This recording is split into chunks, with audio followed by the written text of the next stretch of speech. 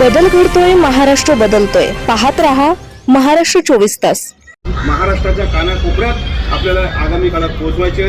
जयदादाच्या रूपाने महाराष्ट्राला एक वेगळी आशा निर्माण झालेली आहे. जयदादाचं मी सकाळपासून पाहतोय, रोजचे रील्स पण पाहतोय. माझे सहकारी सुमित सरनाईक आहेत, आमच्या नाशिकचे माझे मित्र आहेत जुने, ते मला नेहमी रील्स त्यात टाकतात. पण मी परवा पाहिलं, पुस्तक देत असलं कोणी मूर्ती देत असलं, कोणी तिथे पायातली चप्पल बाजूला काढणं, ते आदराने घेणं, खाली बसणं, हे म्हणजे भविष्यातल्या लोकनेत्याची ही लक्षणं आहेत.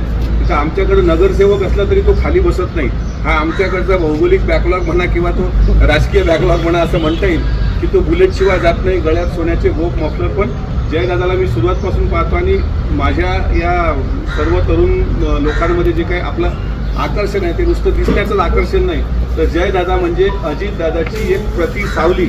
येणाऱ्या काळात या महाराष्ट्राचं एक फार मोठं नेतृत्व जयदादा करतील आणि त्यासाठी आम्ही सगळे 18 पगड जातीचे 12 बलुतेदार सगळे अगदी घरच्या भाकरीवर तुमच्यासोबत आहोत. जोपर्यंत सूर्य चंद्र तारे आहेत तोपर्यंत अजितदादांचा विचार या महाराष्ट्रात जिवंत ठेवण्याकरता, तो लढा लढण्याकरता. आणि मी तुम्हाला हेही सांगतो, मंदिराच्या समोर अगदी जगदंबेचं मंदिर आहे, पण सांगतो की दादांचा लढा आपण खरंच खऱ्या अर्थानं पुढे लढूया. काहीही त्याची भविष्यात मला किंमत मोजावी लागली चालेल, पण दादाच्या बाबतीत आपण हा न्याय आपण सरकारकडे मागूच की आमच्या दादाच्या विमान अपघाताचं काय नेमकं हे झालं होतं. तो प्रश्न मात्र मी मरेपर्यंत कायम ठेवणारा हा शब्द मी या निमित्तानं देतो.